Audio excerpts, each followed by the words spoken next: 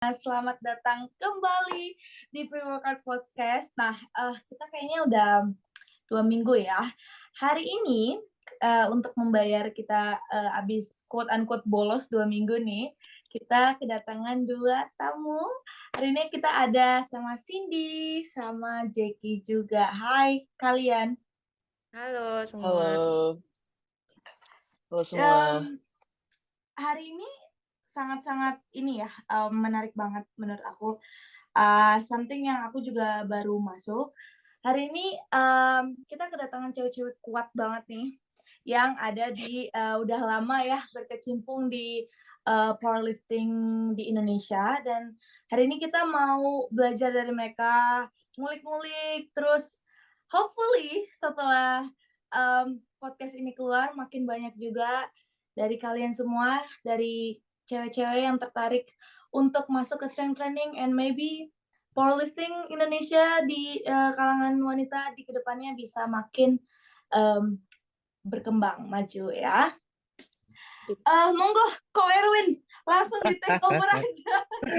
Oke, jadi sebenarnya kan topik kita adalah powerlifting dan specifically ke cewek-cewek ya, karena kalau dilihat belakangan tuh pasaran powerlifting di Indo tuh lebih dominasinya banyak-banyak nama barunya tuh cewek dibanding yang cowok. Ya kalau cowok biasa namanya berulang atau nggak kayak kenalan dari si ini, jadi kayak not so new lah ibaratnya.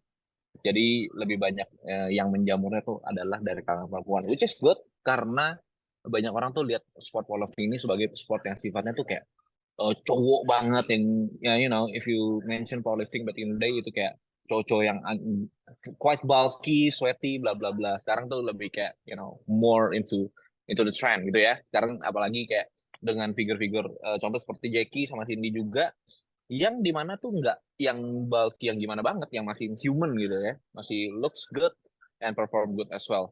Nah kalau boleh tahu nih buat Jackie sama Cindy bebas siapa yang mau duluan, ntar switch juga boleh nggak apa-apa. Nah tapi sebenarnya yang pengen gue tahu apa sih sebenarnya yang mengekspos kalian tuh buat masuk dunia powerlifting gitu. Boleh dari siapa dulu, bebas dari Jackie mungkin.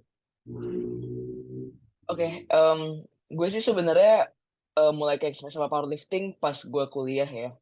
Di awal dari mulai teman-teman kuliah gue yang lebih doing powerlifting waktu itu, dan gue waktu itu sebenarnya masih nge-gym cuman buat kayak aesthetic aja goalnya. And mereka yang mulai ngajarin gue cara squat, cara bench, cara deadlift juga gitu loh. Terus mulai dari situ mulai kayak ada kayak this curiosity aja untuk kayak cari tahu sendiri cara squat, bench, deadlift itu gimana, sama mendalami sendiri gitu. Oke. Sesimpel itu ya, simple as that ya. Jadi lebih Awalnya kayak apa ya. namanya, terjunnya kayak sekedar oke, interesting, jadi gue pengen coba gitu lah ya. Oke. Nah, kalau Jackie harusnya sebenarnya gue udah cukup kenal lama lah ya. Jadi kayak lebih ini. Cuman kalau Cindy nih, kita kan seringnya ketemu tapi jarang ngobrol nih. Ya, Nah, boleh diceritain backgroundnya. iya, sebenarnya cerita aku tuh hampir sama persis kayak jadi aku waktu itu kan kuliah di Singapura. Jadi aku kan sudah di Singapura sebenarnya udah lama ya, 17 tahun. Dan waktu itu aku kuliah udah hampir lulus gitu kan, tahun ketiga keempat udah kayak apa gabut gitu kan. Jadi mulai nge-gym terus kalau school gym gitu tuh biasanya ketemu banyak teman-teman. Dan awalnya aku tuh masih treadmillan lah, klise kan, biasa kalau cewek ke gym pasti awalnya treadmill. Dan slowly kayak teman-teman aku ngomong, lu ngapain kayak treadmillan kalau mau olahraga gitu, nggak ada efeknya, mendingan coba aja beban. Dan beberapa dari teman-teman yang ngomong gitu tuh temen cewek, jadi it was very encouraging. Dan aku mulai belajar aja sih dari situ. Jadi kayak mulai ngelihat YouTuber ya, kebanyakan kayak nama-nama seperti Natasha Ocean, terus Max Squats gitu kan. Orang-orang yang benar-benar scientific dan kuat banget gitu. Wah, so inspiring. Dan akhirnya tahun 2019 I discovered powerlifting gitu, kayak there is this sport yang main beban juga, cuman lebih scientific, lebih spesifik gitu. Dan mulai deh kayak ternyata ini seru juga ya, dan not bad lah, kayak aku bisa angkat lumayan gitu. Jadi mulai Nggak dari lumayan lagi sih. lumayan. Yes. Ya. Jadi gitulah. Oke, apa namanya? Bisa dibilang berarti motivasi dari kalian masuk powerlifting tuh bisa dibilang hampir sama lah ya kalau kayak itu karena tapi sebenarnya motivasi startingnya ya mungkin emang karena curious, hal baru gitu, buat interesting, dan ibaratnya kalian kan penasaran pasti kan how heavy can I lift gitu. Nah, tapi yang paling penting sebenarnya motivasi kalian tuh apa sih sebenarnya yang kayak lebih kayak pas kalian udah masuk nih udah tahu rasanya si powerlifting itu sendiri akan beban berat dan lain-lain kan buat beberapa orang itu kayak gila gue capek banget nih kayaknya gue males lagi nih tapi apa yang buat kalian tuh bisa kayak progres apa yang kalian pengen kejar sih sebenarnya sampai kalian tuh mau bertahan gitu dari Jeki lagi. Kalau buat gue dari sendiri kayak I think it's just first one of the things ya itu yang lo bilang tadi sih Win, kayak that curiosity gue tuh sebenarnya potensi gue bisa sampai mana sih, kayak penasaran aja gitu loh.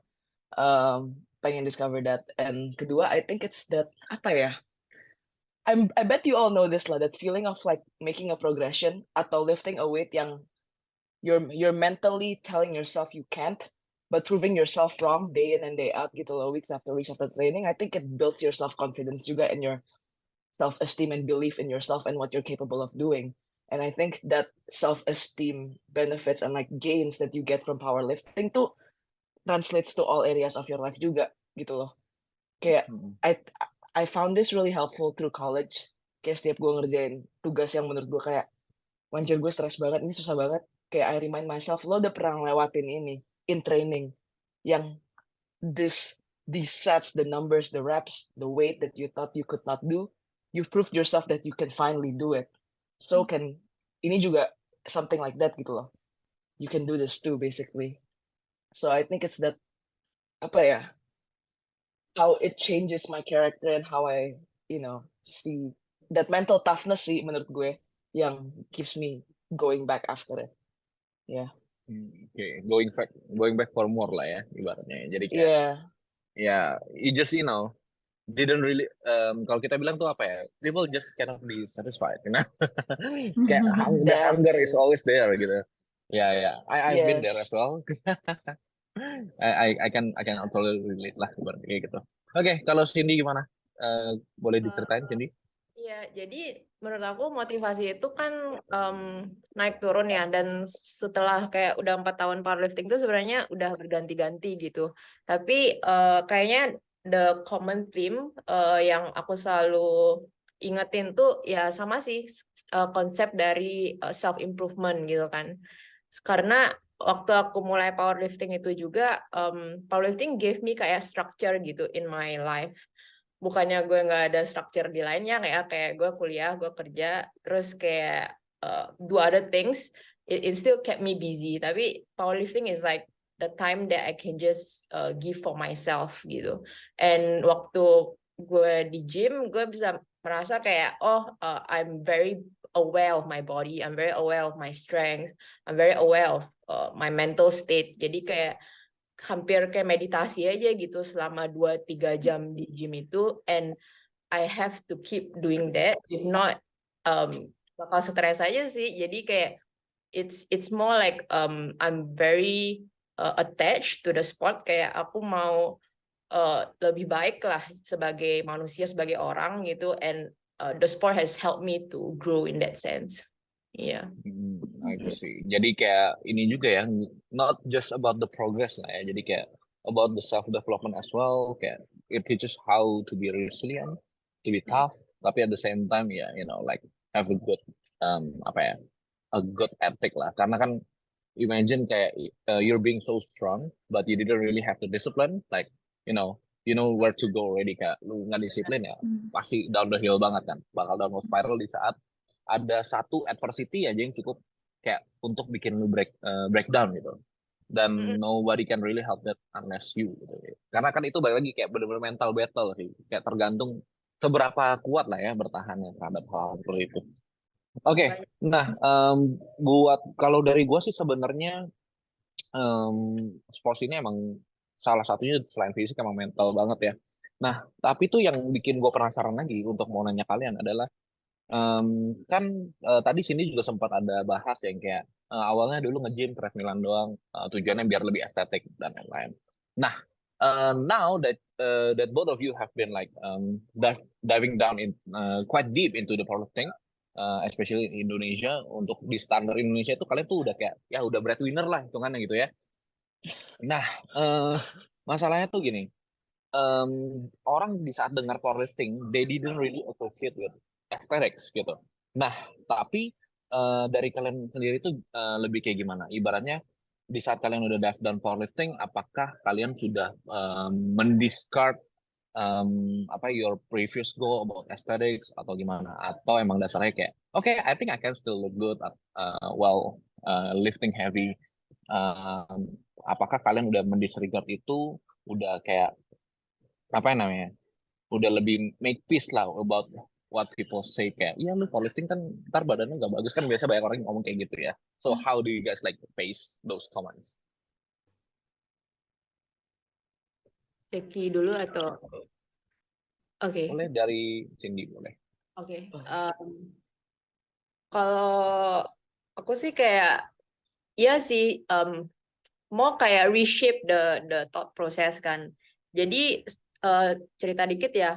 Waktu aku mulai powerlifting itu sebenarnya aku tuh U43, which was the smallest weight class in powerlifting. 43 kilo untuk tinggi badan aku yang 154 lah. Yang nggak gede juga, cuman it's very very underweight. Karena waktu itu aku masih mulai tuh kayak mikir, oh I have to be as small as possible. And itu yang apa ya, supaya estetik juga kan. Dan tapi itu tuh sangat apa ya, damaging for my health. Karena kayak aku harus maintain weight class itu selama setahun untuk kompetisi kan. Dan aku harus kayak ngeliatin makanan, nggak bisa kayak banyak-banyak, like go out all the time, because aku juga harus kayak tidur cukup gitu supaya nggak kecapean dan sebagainya. And it was just not sustainable. Dan akhirnya habis tahun 2019 itu aku kayak mulai reflect aja kenapa why do I put myself through that gitu kan? Kenapa ada pressure untuk tetap kecil gitu sebagai wanita? Dan ya aku sadar itu cuman karena to please others saja sih. Dan I realize that powerlifting itu kan sebenarnya sport yang aku lakukan buat diri aku sendiri, buat self improvement and stuff like that. Jadi lama-lama aku mulai kayak naik berat badan kan. I'm now 52 kg, which is kayak hampir 10 kilo lebih berat. And obviously I'm lifting much heavier. Jadi begitu aku naik berat badan dan my PR is much higher gitu, itu udah mulai kayak wah gila, badan aku bisa juga ya kayak gini. So it's that rewarding feeling of like I don't have to be small, I can be bigger, I can be in a healthy size, and I can be strong, I can be happy gitu.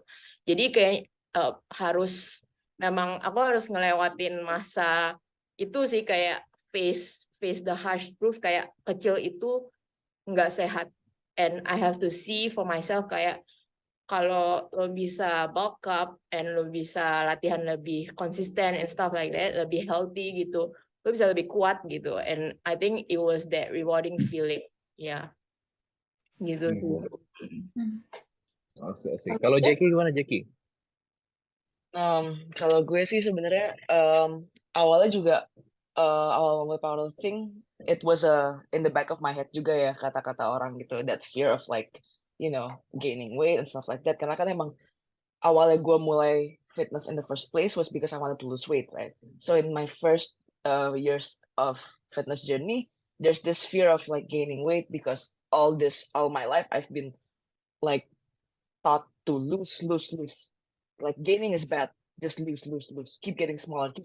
That's what I've been, that's the culture I grew up in basically, and how my parents, viewed like weight and everything.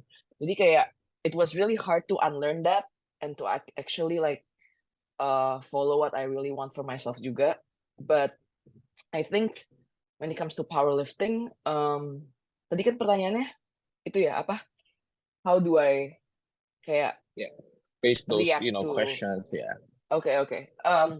sebenarnya I think it's also a misconception that once you start strength training atau powerlifting, like focusing more on strength, you lose the aesthetics.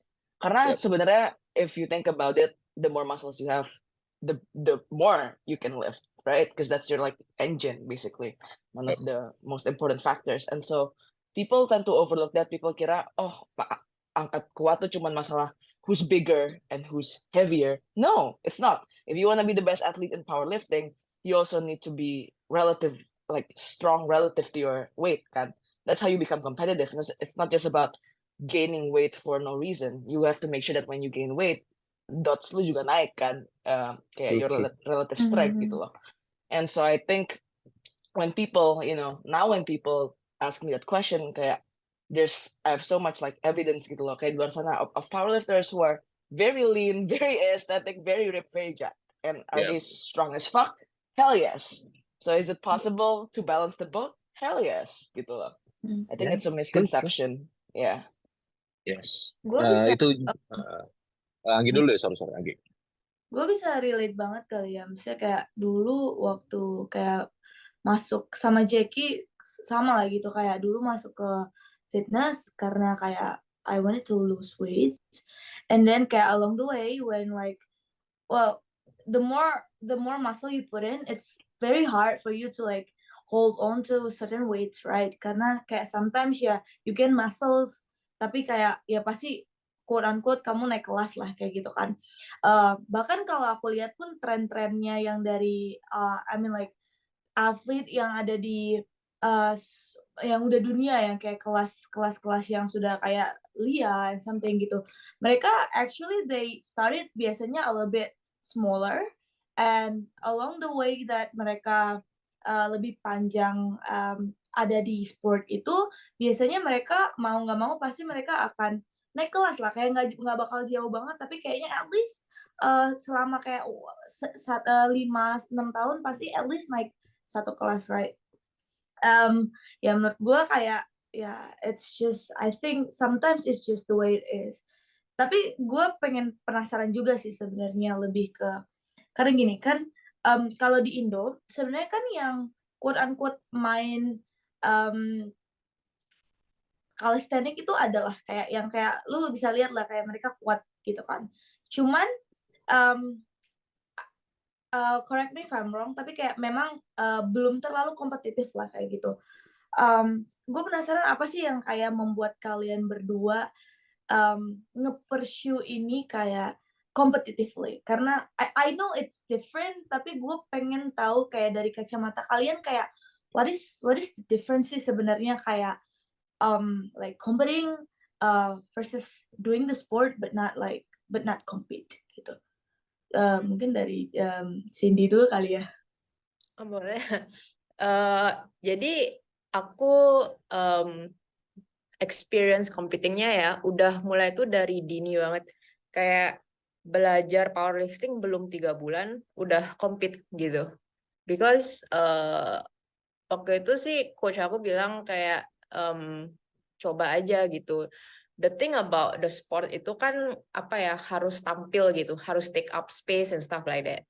Dan kebanyakan powerlifter ya, casual or not gitu, mereka tuh selalu takut kayak take up space kan, kayak apalagi yang cewek mungkin they will say oh beratnya nggak seberapa nih, ngapain gitu kan muncul, ngapain dilihat orang.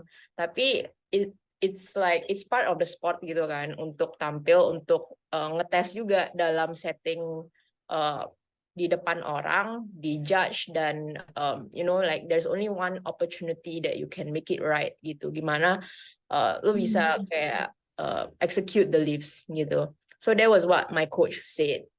And eventually kayak apa ya, I think the big thing about powerlifting is also the community that you meet, kayak orang-orang yang kayak lo ketemu di setiap meet dan make friends with. So I went in to a meet to just test my ability, tapi eventually itu jadi kayak oke lah, kayak second reason. The first reason is just really kayak aku mau support local community and just to meet people and also to see how other people doing it gitu.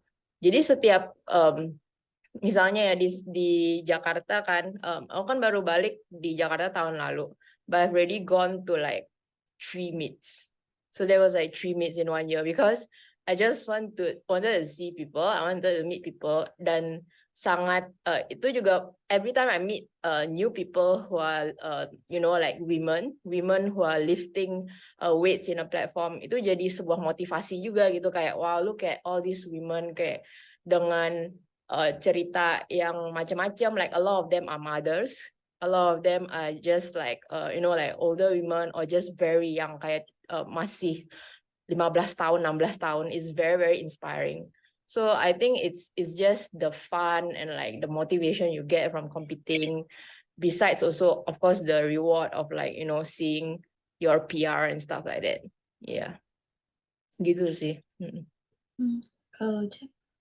I can say my reason rada mirip sih. I mean, I'd say mostly it's the same. Like, I started competing tuh sebenarnya lebih karena gue curious meet tuh kayak gimana sih. Kayak gue inget banget, soalnya kan gue sebenarnya baru mulai fokus powerlifting awal-awal during the pandemic kan. Gara-gara gym tutup, ya udah mau latihan di rumah ya SBD gitu kan. Terus penasaran aja like what the meets environment are like gitu. Terus kayak gue inget banget my first meet Rowar waktu itu. Kayak just from that one meet, I feel like I learned so much about like the difference between setting PRs in the gym and performing under pressure. Kayak wow, it's different gitu loh. Like so that was a really cool experience, and what I took away from my first meet yang gue inget banget yang bikin gue kayak damn I wanna keep doing this again was not just the feeling of accomplishment that you feel for yourself, kayak damn you work this hard and like it's finally showing up on meet day, tapi juga the friends yang Cindy bilang tadi, kayak the community itself, watching the community live and watching other women live and watching how this sport kayak grow, apalagi di Indo kayak every year competitorsnya makin banyak kan yang ikutnya cewek-ceweknya, kayak I think that's really inspiring gitu, just to see more women getting into lifting itself gitu, and just hitting PRs. Yeah. Tapi ini ya interesting banget ya, ibaratnya kayak apa namanya, first you guys just starting like exploring the sport, just bisa dibilang incidentally gak sih, kayak punya teman yang kebetulan lagi at powerlifting, terus kebetulan juga kayak oh iya kayak I saw this one clip that this strong women like that lifted 3 plates 4 plates maybe gitu kan, terus kayak and then you get curious, right? And then there you go, you gonna start training, competing and stuff. And then you keep on going on by like wanting to see the sports grow, mau lihat kayak seberapa jauh sih sportsnya itu bisa berkembang gitu. Apalagi di spesifiknya di Indo ya, karena kan to be honest emang the sports is actually one of the most undermined sport as well gitu, karena kan udah ada sport-sport gede banget tuh yang disorot banget gitu ya. Nah tapi kan balik lagi, even though this is an undermined sport, di luar sana kan juga powerlifting itu kayak bisa dibilang one of the biggest as well, right? Punya event yang bagus banget, price-nya gede, sudah pasti bukan sport yang main-main lah. Dan I think it's like takes a lot of a person to get to the international stage gitu. So kebetulan kan kalian sudah pernah nih step out dari Indonesia, compete di luar di tender yang jauh lebih tinggi, yang udah ada udah jelas lah federasinya, udah jelas juga sistem competitionnya lah, sistem meetnya lah gitu. Nah sebenarnya sih kalian tuh ada kepikiran ke sana nggak sih? Pertama itu satu, sana ada kepikiran ke sana atau enggak, dan kedua tuh after you went onto those international stage, what's next in the picture? Dari siapa lagi nih? Dari Anggi. Dari Jackie. Aminin dulu aja ya. Ayo Gi, let's go. Boleh. Jackie dulu. Oke, ini maksudnya talking about going into worlds ya, atau Ya, maybe. Well, atau experience. well international stage kali aja. Ya. Oke. Ya mungkin lu dari Nets ke apa gitu kan. Ya. Apa bedanya Like dulu what's kamu di rower like community di Indo, and then like compared to like the ones yang lebih I guess develop kali ya powerlifting sportnya. True. okay. Menurut gue sih, first I think from the rules and the standards they put lah ya on the lifts, I feel like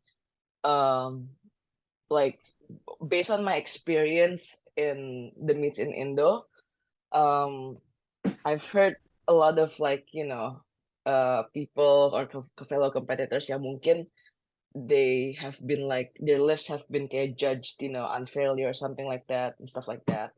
Tapi di sini sih I kayak lebih jarang lah dapat denger the experience kayak gitu, because I feel like the judging system and apa ya, the referees they hired for the meet juga go through a more rigorous process gitu loh in order to become a referee in the first place. So I think like from that perspective itu juga and second, it's also USAPL is a drug tested meet. They drug test their athletes regularly. Every week pasti ada yang drug tested.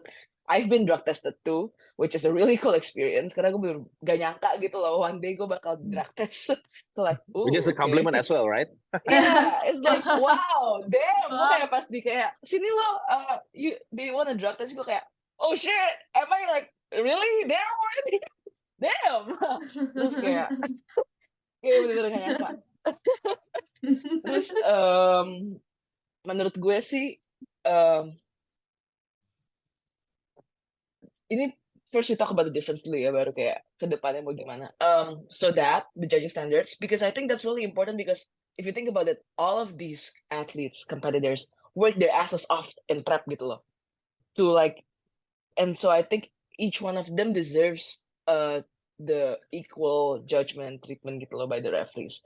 And to like hear these stories about how kayak the judging system and maybe in the some powerlifting feds di Indo belum nyampe situ, it's just kind of like apa ya, sedih gitu, kayak frustrating to like think about it, because imagining myself being that place bakal susah banget gitu kan, kayak you put like what 12, 16, maybe more weeks into this one thing only to like have them say bad lifts or like stuff like that, Yeah. right? So that first. So I think from a competing standpoint, I feel like my hard work is more appreciated gitu loh. I feel like because it's judged more fairly too. Kedua, I also pas waktu itu pas gue di Indo tuh gue inget banget, because there's not enough competitors in the women kayak category. We don't even have weight classes gitu loh kan. Everything is based on like body weight. Yeah. And even though I think that's a pretty good way to measure relative strength, like that's the most objective way kan, gara-gara pakai dots, tapi I feel like it kind of jadinya tuh the competition ya udah pemenangnya cuman kayak 1 or 2 for the whole apa the women's category gitu loh, instead of giving all these women a chance and have their own weight classes and have more winners. Ngerti gak sih? Yeah. That's second. Uh-huh. Itu sih mainly, and like in terms of community, I also feel like, but this is just my personal experience juga, when I was joining it in Indo, I feel like the community is awesome back then, but I feel like I can feel this like segregation, okay, there's groups and stuff, but here no, everyone's, when I was in the waiting in the back behind the platform when all lifters are about to lift, we're all just hyping each other up. We're like, you got this, like you got this, go crush it, go kill it. That was a good lift, you know what I'm saying? Okay, going from the Indo kind of like meet environment to this, I was like, whoa, this is how it's supposed to be. I'm like, Yeah. ooh, Yep. I love this gitu kayak. So that's another one. Like, they are competitive, but they're also very like, competitive yang very supportive Sehat of other lah ya. competitors and respectful. Very, yeah, bener. Itu, sehat. True. Yeah. Because everything has come from there, right? Yeah. Yeah sih. And for the second question, kayak vision buat gue ya ini maksudnya ke depannya Iya. gimana.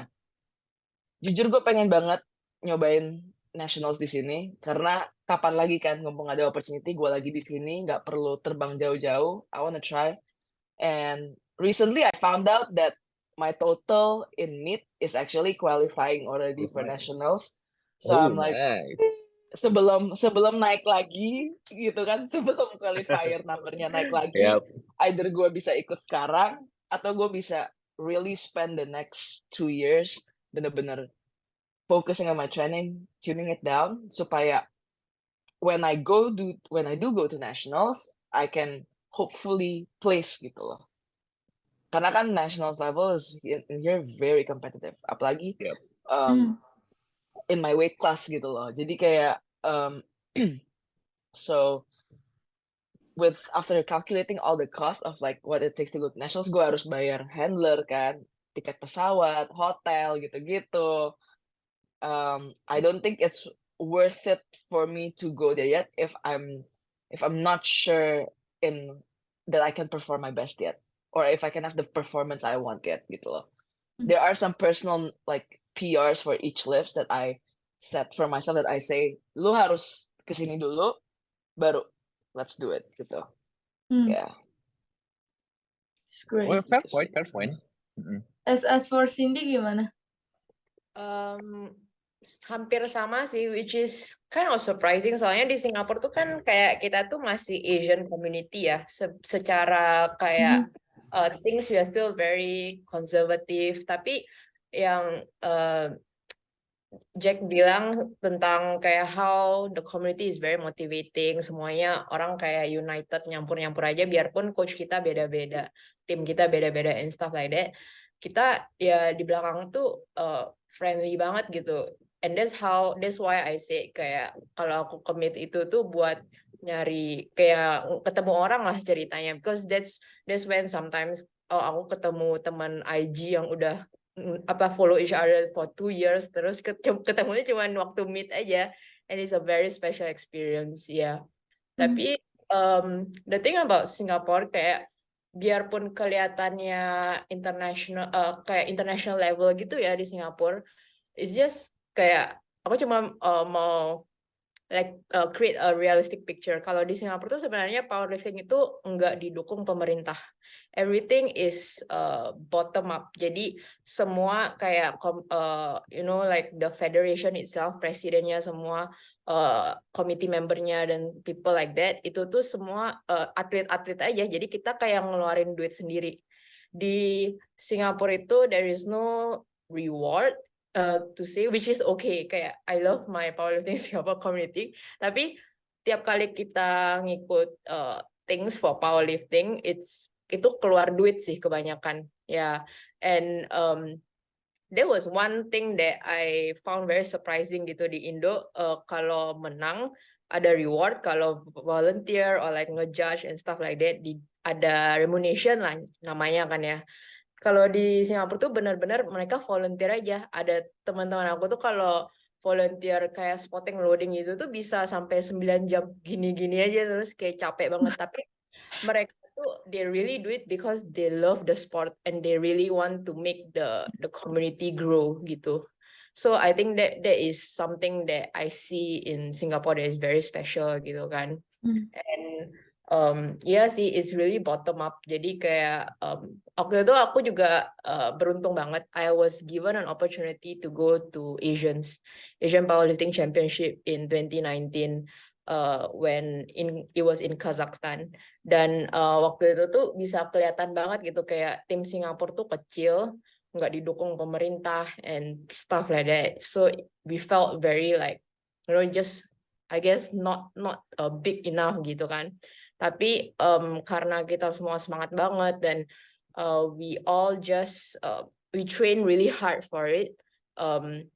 Kita mulai, makanya mungkin dari sejak itu kita udah mulai dilihat sih dari dunia kayak ada beberapa atlet yang really deserving gitu kan. So I think is the perseverance di Singapura sih, di komunitasnya yang benar-benar kayak mereka committed banget supaya bisa kelihatan gitu, bisa take space ya. Dan untuk kedepannya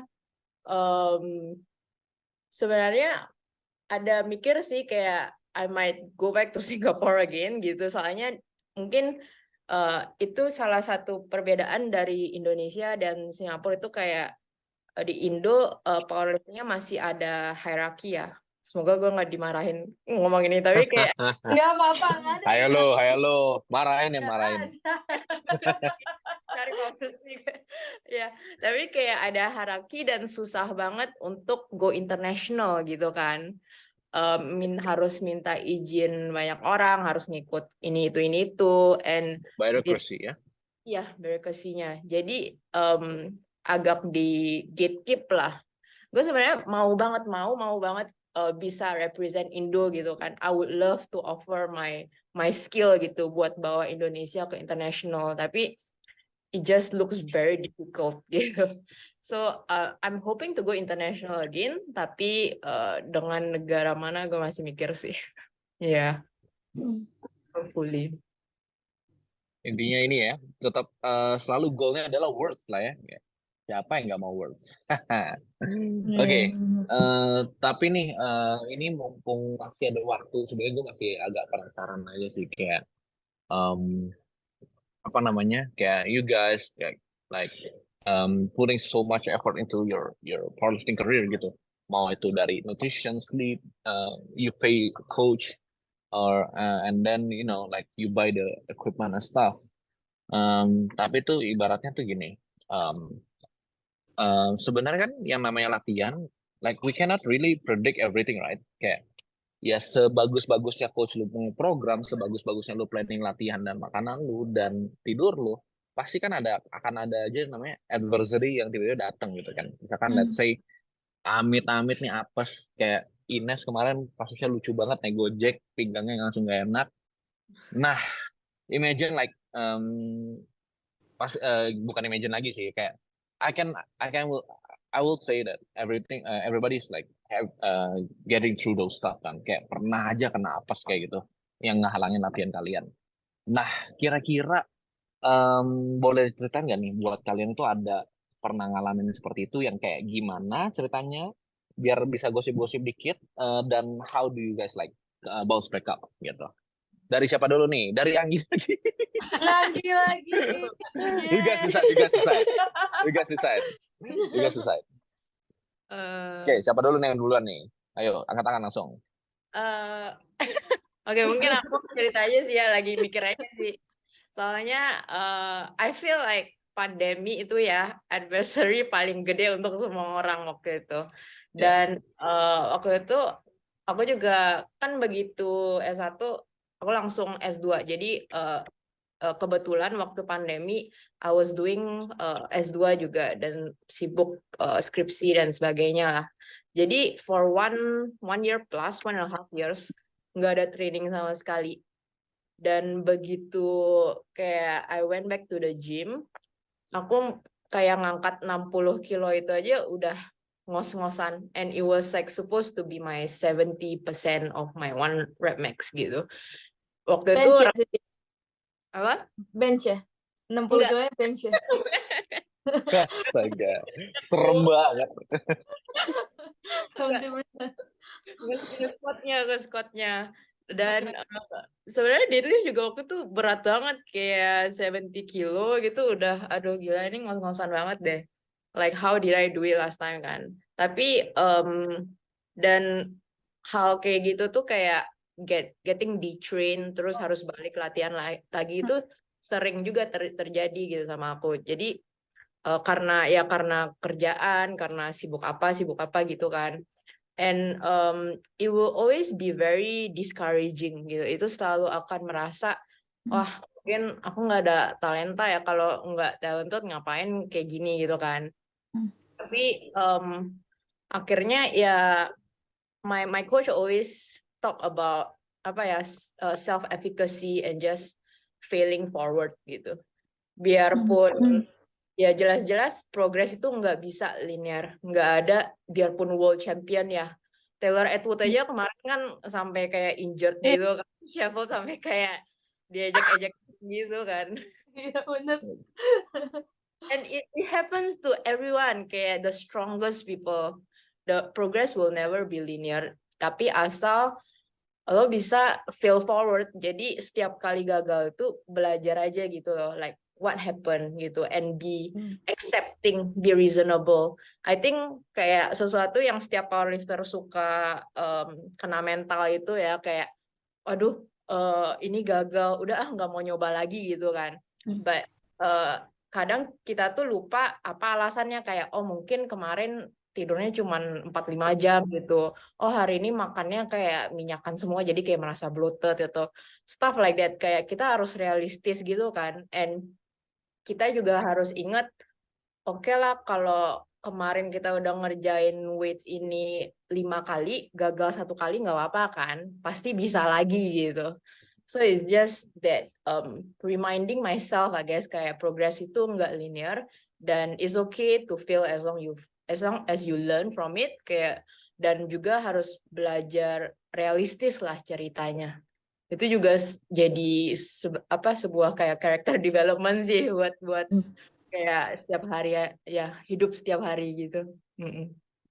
Gitu. True. I can agree karena kalau boleh cerita-cerita dikit nih, ya boleh lah ya narsis dikit. Jadi itu dulu gue juga kayak pernah face those like discouraging moments lah kayak. Dan itu sebel banget gue gini nih. Kalau misalkan gue mengalami injury itu di tengah latihan atau let's say shit happens in my training, maybe there's a bit of honor in it, you know. Cuman wah gila dulu tuh gue injured gara-gara tau bodoh banget sumpah. Jadi itu zaman-zaman gue awal kerja ngajar gitu. Terus I just like being so clumsy, like putting stuff back, blah blah blah, and I got tripped, fall down the stairs kayak lu tau kan kayak kartun Tom and Jerry yang kayak Ya teng betul teng betul. teng teng, iya. Nah itu tuh that's the worst accident that I've ever been. Habis jatuh bangunnya nggak apa-apa. The first step that I take, wah itu kayak life changing banget rasanya tuh, bener-bener kayak gue sampai mikir, am I gonna be able to walk again soon gitu at least. And it takes me like 3 months on a crutch. Pas banget itu lagi pandemic, jadi kayak semuanya tuh jadi satu, problemnya yang langsung mix gitu. And then iya sih kalau gue bilang emang it takes a lot, especially in like your resilience, like it tests like how tough you are in as a person gitu loh. Dan kebetulan untung gue masa kecil gue dulu agak kelam ya, jadi bisa bertahan gitu sama yang seperti itu gitu. Oke, cukup segue-nya, kita masuk ke Jackie. Let's go. Okay. I think the first time gue pernah ngalamin itu with like pas gue lagi mulai powerlifting is prepping for my first meet ya. Karena gue inget banget prepping for my first meet, itu my first meet tuh the meet-nya itu diundur 2 kali kan. And before they change it to the final date, itu gue dapet COVID like 8 weeks out of the planned date. Jadi bener-bener kayak, waduh, gue bener kayak, gue bener kayak kesel banget. And like very, very kayak, jujur when I first got it was so bad. I was so, tired all the time and stuff like that. I was, in the back of my mind, I was like, ini mah kayaknya I won't have time to like get back to my, prime and like actually do the meet. Tapi untungnya the meet diundur lagi kan, and I decided to like, you know what, Jack, just go into it and give it your best gitu loh. Akhirnya habis gue tested positif, gue mulai latihan lagi, and gila itu cuman the break wasn't even as long as yours, Lassen. It's like I stopped training for like 2 to 3 weeks gitu kan, when I was just still negative.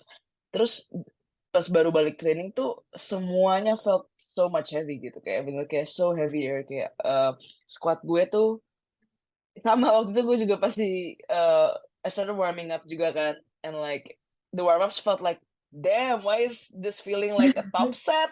Kayak what's going on to me? What's happening? Bener-bener kayak that's where like, but again it's a mental battle juga kayak, cause the older I've been in this sport and doing this, the more I realize that sometimes the weights that goes like at RP 6 and 5 on some days will feel like RP 9, ya kan? Depending again on other factors outside your life. Karena I think one thing people often overlook tuh kayak what happens outside your life, anything will affect your gym gitu loh. Karena kan your body doesn't know the difference between stress from like work and stress from the gym and stress from like school and relationships, whatever kan. Everything adds up. And so ini juga gue notice banget zaman-zamannya gue kemarin finishing up my school senior year, itu benar-benar the peak of my kayak school workload kan. Benar-benar exams, projects makin banyak, makin gede juga worth-nya and makin susah. And I think gue mulai nyadar a trend where during finals week or approaching finals, itu performa gue probably not that good gitu loh. Karena not only am I sleep deprived, I'm also stressed out because of finals. Nge-gym pun gue nggak bisa give my all and focus because my mind is somewhere else gitu loh. And I think noticing that and being aware of that and, you know, reminding yourself that, yes, all of this can affect my life. And that's okay because, again, yes, lifting is a priority, but I also have other priorities in life and understanding that sometimes these other priorities will maybe kayak precede lifting for a bit, maybe like take over for a bit. But, you know, understanding that this is temporary and everything is temporary. And once you go through this, you know, everything will be better again and like you can still keep growing. I think that's really helpful sih. Yeah, keeping that mindset that this is temporary gitu loh. Yeah, benar. And like not letting one session derail you kayak this is just one gitu loh, Jack, out of what 186 sessions in a year gitu loh. Ya kan? Yeah. So, ya itu sih. Really inspiring, guys. Bener banget kayak like things yang Cindy bilang tadi ngena banget sih, kayak paying forward and also kayak enggak, maksudnya even the strongest people felt that gitu, selalu ada kayak di mana yang their warm up felt like max out or working set kayak gitu kan. And mungkin ini masuk juga ke pertanyaan selanjutnya kali ya. What would you say, atau kayak if you bisa kasih advice gitu maybe ke cewek-cewek nih yang kayak baru memulai kayak newbie di powerlifting, menurut kalian apa sih kira-kira yang bisa kalian kasih advice or anything? Silakan mungkin dari Cindy kali ya. Keren dari gue. Oke. Oh iya, maaf ya Win. Lanjut. Ya nanti kamu terakhir deh. Kan aku CWK. Iya.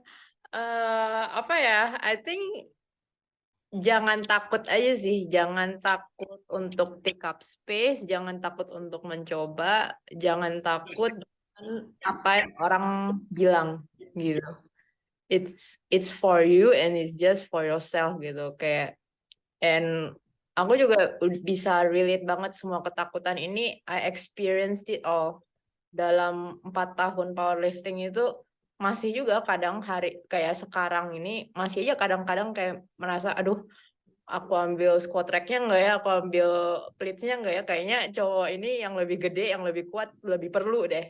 It's okay, don't be afraid gitu kan, kita deserving of that space. Dan coba aja, it'll be very rewarding dan itu bakal menunjukkan kayak karakter kamu sebagai seseorang gitu ya, betapa courageous, betapa berani gitu, dan betapa resilient itu bakal semua kelihatan sih dalam hal sekecil seperti kayak you know just going to the gym and appearing deh. Iya, gitu sih. Jack. Kalau dari gue sih to add on to what Cindy just said, yeah, take up space and like don't be afraid of raising your standards of what it means to be strong for you. Karena gue inget banget pas gue masih mulai powerlifting, I of course I started with like something that seems more realistic, you know, and like I thought I wanted to deadlift 3 plates, I want to squat 2 plates, you know, very like gitulah those numbers. Tapi kayak as I get older in this kayak damn, ternyata limitnya tuh there's no really a certain limit gitu loh. There's no set limit. It's just in your head gitu loh. Kayak why limit yourself to just ya udah once you reach this udah gitu loh.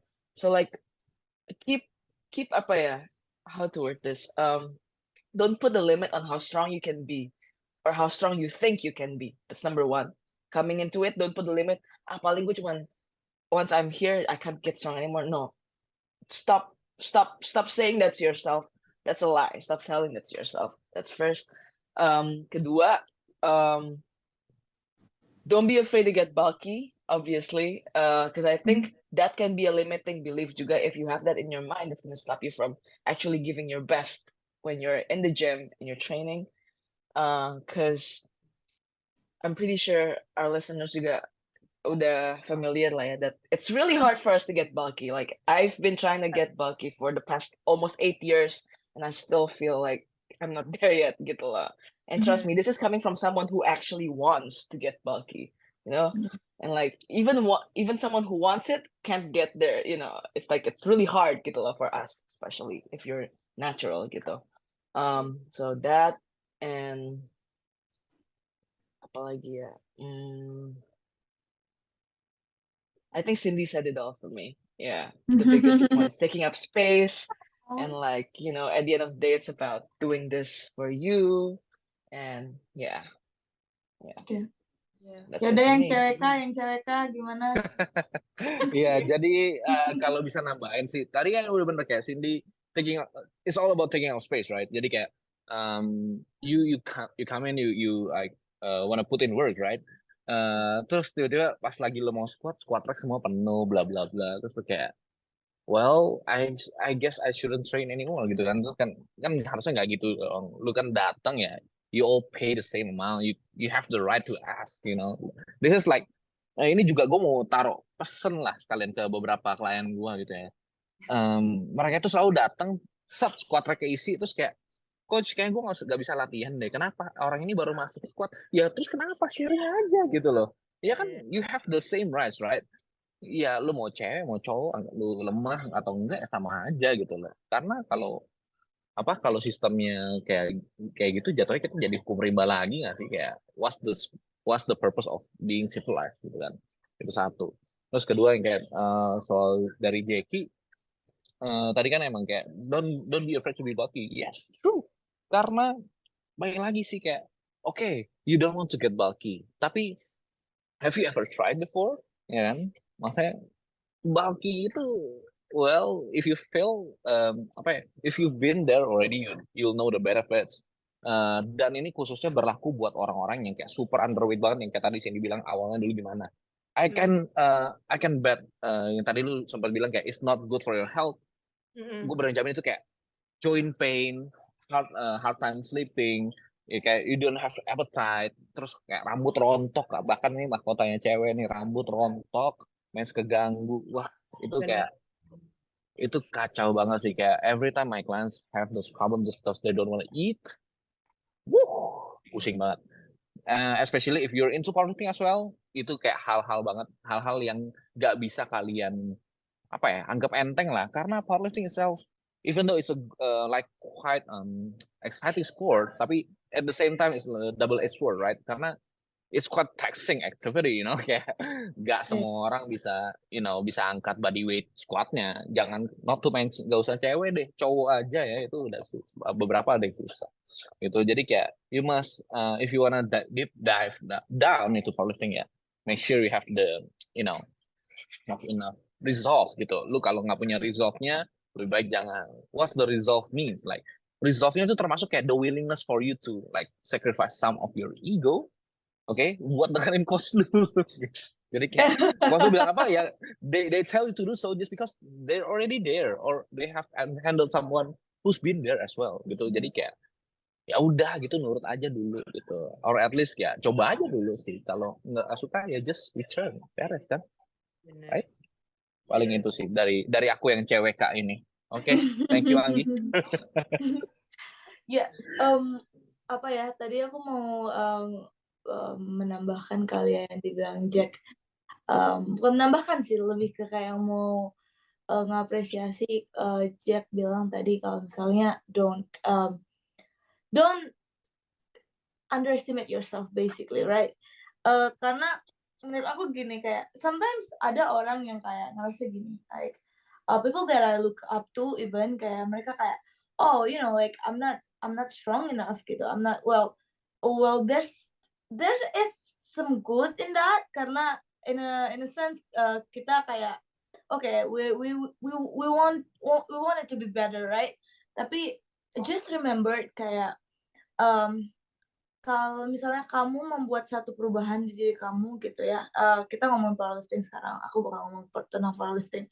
Kayak kamu kayak ngangkat berat kayak gitu, tanpa kamu sadarin sebenarnya you might like open up new experience, new side to other people karena menurut aku gini, misalnya kayak Jackie dulu ya, kayak in my eyes dulu like even kayak satu tahun yang lalu lah kayak terakhir kali kita ketemu,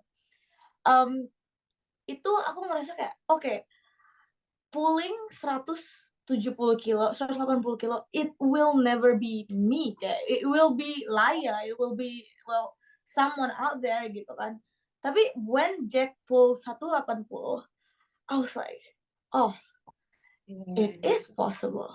You know what I mean? Kayak